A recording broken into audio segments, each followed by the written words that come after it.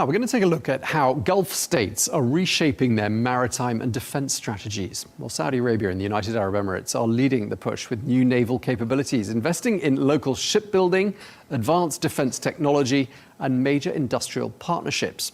Well, it's all part of a drive for strategic autonomy and stronger regional security. We'll break down what this means for the region and the lessons for the wider GCC and Middle East North Africa defense landscape. Well, we're joined now by Akram Safa, who is a shareholder at CMN NAVAL, one of the world's leading naval shipbuilding groups with major investments and expansion plans right across the GCC. Thank you so much for talking to us, Akram. A pleasure to have you with us. I mean, you've got facilities and shipyards in a number of places around the world, notably France, Germany, the UK. And just for the benefit of our viewers, really, CMN stands for Construction Mécanique de Normandie, part of the broader CMN Naval Group, which is, I read, delivered more than 3,500 vessels and provided support to 48 different navies around the world over a period of around 8 decades. So you're highly established players. Just before we start talking about your activities specifically, we've seen global defense spending increase significantly in the last few years, particularly here in the Gulf. And I'm assuming that means CMN Naval is rather busy.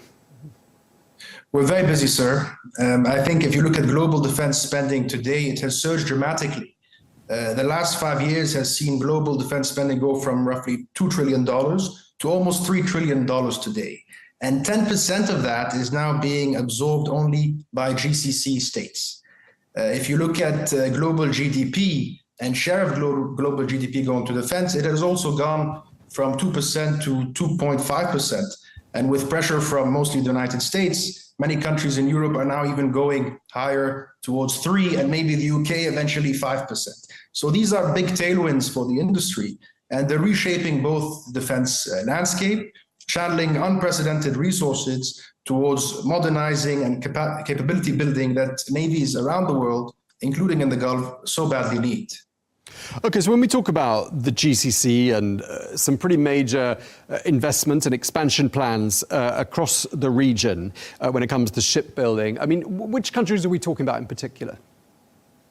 I think, look, the two countries in the Gulf that are really leading the way are the Kingdom of Saudi Arabia and the United Arab Emirates.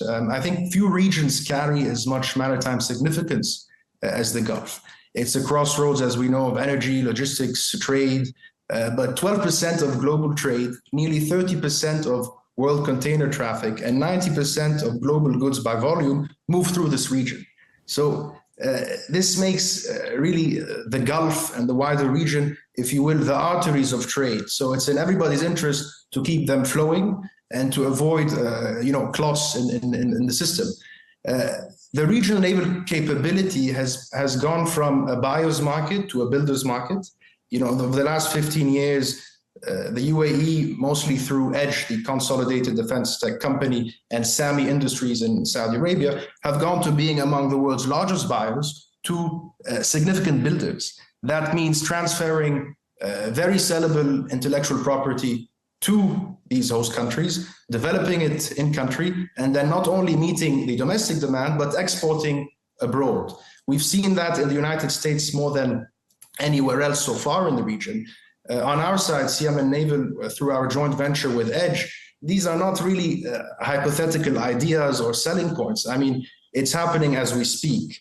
A major milestone came in 2022 when, together with Edge, we signed a €1 billion export deal for very sophisticated corvettes. These are large ships, 72 meters in length, equipped with very, very sophisticated tech and weapon systems, which were exported to the Angolan Navy from Abu Dhabi. So all of the elements, all of the pieces were assembled in Abu Dhabi, purchased from Abu Dhabi, built in Abu Dhabi, and exported abroad.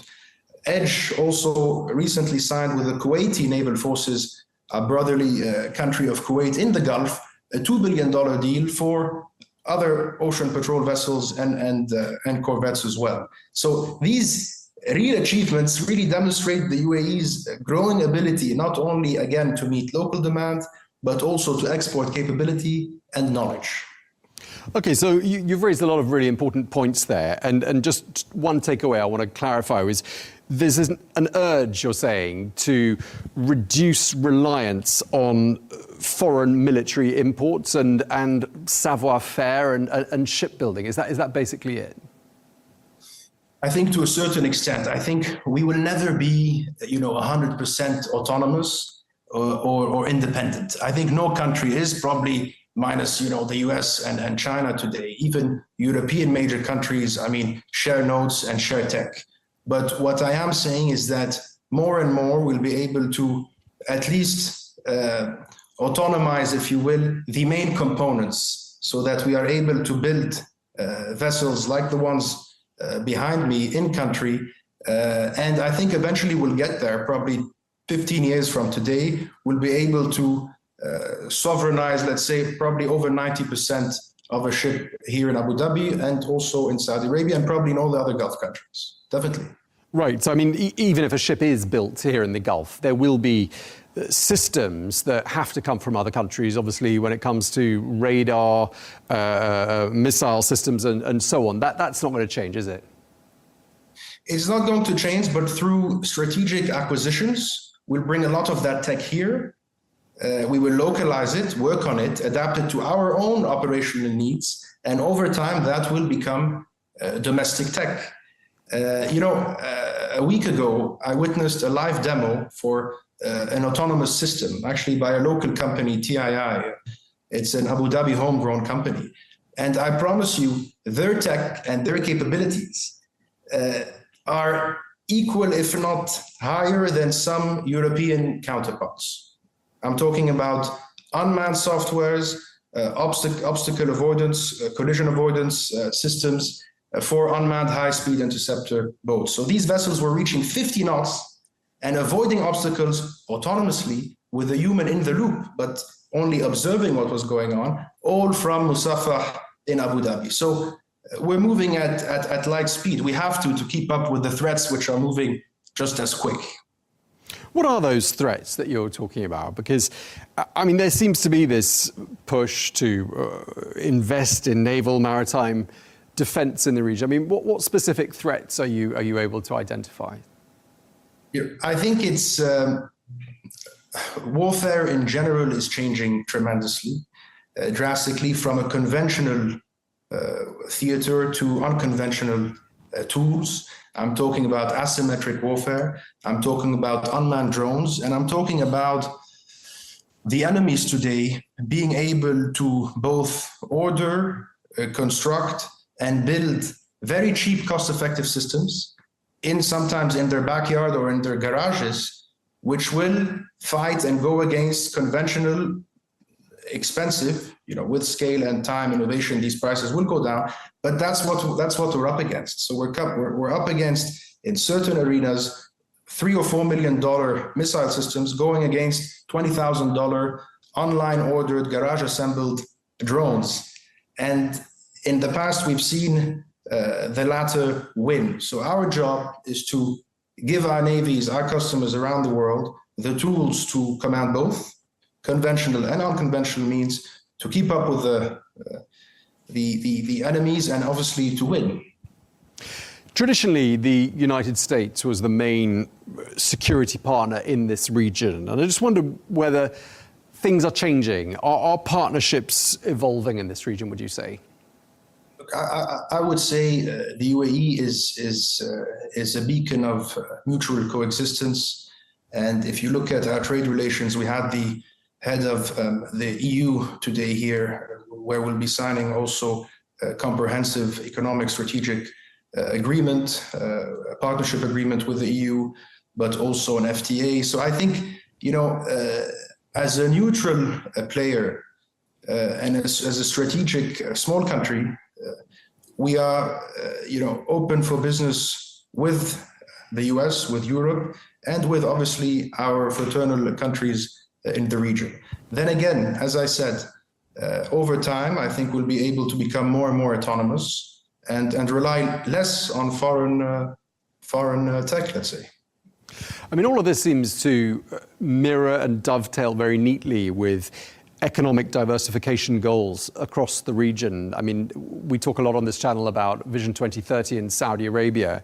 I mean, do you think this sounds like it's very much in line with that desire to diversify and engage in activities that perhaps were not engaged in this region in years past?